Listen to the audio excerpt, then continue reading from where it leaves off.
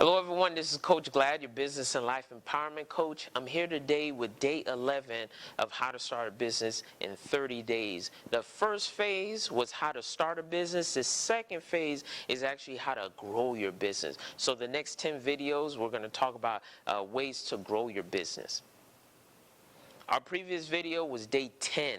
Day 10 was inbound calls, competitive referrals, and developing an email list. Today we're going to be talking about branding. What is branding at its core? What is the fundamental thing that branding is? What is branding? Well, what branding is not just your logo, it's not just your products and services, it's not just your marketing, and it's not just your company colors. It's a combination of this and many more things. And what it actually is the expectation or a feeling a customer may have about your company. So every time they see your logo, what type of feeling are they getting? What type of expectations are they getting from your company? When they have your products and services, what can they expect? And that is what a brand is. What is a brand? At its fundamental base is actually your core values. And what are core values? Core values is what your company stands for. Let's take Apple, for example. Apple, every time you see an Apple product, every time you see an Apple logo, there are certain expectations, certain standards that Apple has put out there for their brand. They believe in functionality, they believe in simplicity, innovation, and they have a standard of excellence. They make sure that every time that they put a product out, a service out there, they make sure that it has that standard of excellence, it has the functionality, the simplicity, and the innovation. So those are the things that consumers can expect every time they have an Apple product or they go through an Apple service. There are certain expectations or feelings every time they come across the Apple brand. So what branding actually is your core values, and displaying that. Your products and services is how you accomplish the core values of what your company believes in.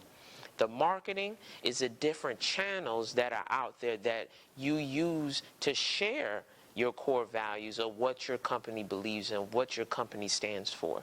And sales is how you educate consumers about your core values. So when you're talking about developing a brand, you need to start with a brand statement. And what is a brand statement?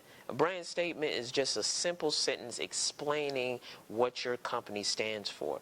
These are some of the questions that you want to ask yourself and be able to answer in your brand statement.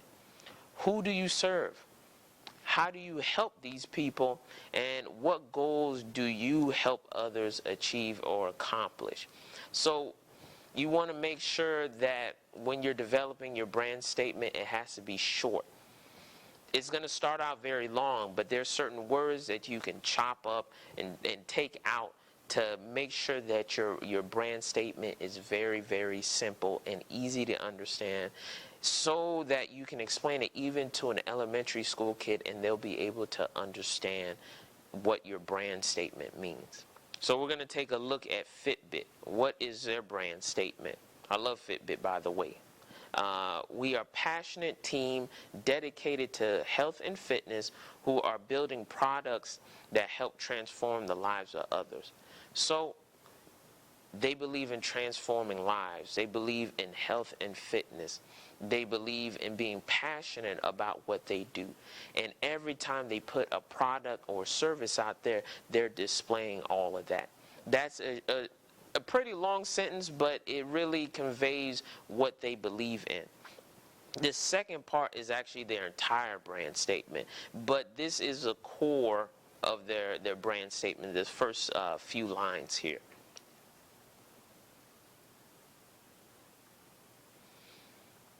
So when you have a brand statement, every time that you're putting something out there, if it's marketing, if it's products and services, sales, customer service, Are you fulfilling your brand statement? Are you fulfilling that level of excellence? Are you fulfilling the expectation that the customer may have?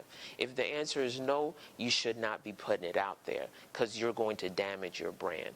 If you think about social media, every time you put a picture out there, every time you put a product out there, you want to make sure that you're displaying what your company believes in.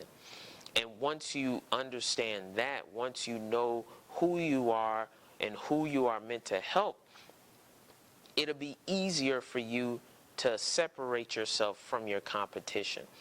So understanding who you are, understanding what you believe in, will help you to differentiate you from your competitors.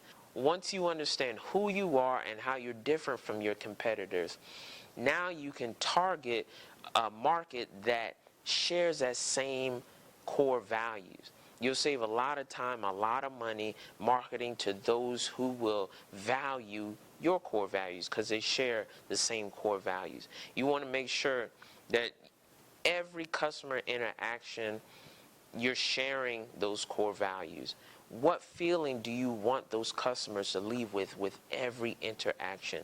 If it's sales, if it's customer service, or even if it's through social media, what feeling do you want your customers to leave with, your potential customers to leave with? And that is how you develop your brand. Make sure you're answering those questions and really understand your core value.